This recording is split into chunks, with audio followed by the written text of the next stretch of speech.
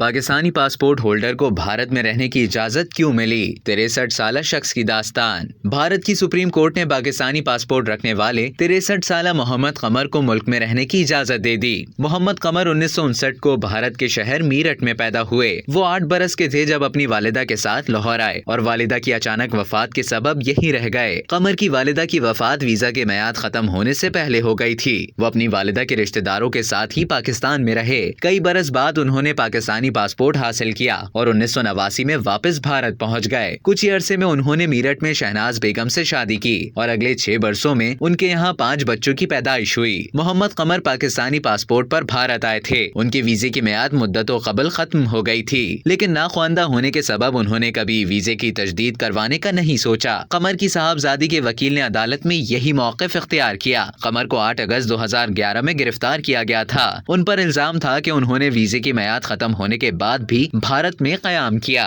میرٹھ کی عدالت نے انہیں 3.5 برس قید کی سزا سنائی تھی۔ قمر کی صاحبزادی انا پروین نے سپریم کورٹ میں اپنے والد کی ضمانت کے لیے درخواست دائر کی تھی۔ سپریم کورٹ نے اپنے فیصلے میں کہا، کیونکہ محمد قمر کو مرکزی یا اتر پردیش کی صوبائی حکومت نے کسی قسم کا خطرہ قرار نہیں دیا، لہٰذا ہم درخواست قبول کرتے ہیں اور انہیں ضمانت پہ رہا کرتے ہیں۔ اب تک کے لیے اتنا ہی۔ مزید اسی طرح کی معلومات حاصل کرنے کے لیے ڈیلی جنگ کے YouTube چینل کو سبسکرائب کریں اور فیس بک کے پیج کو لائک کرنا نہ بھولیں۔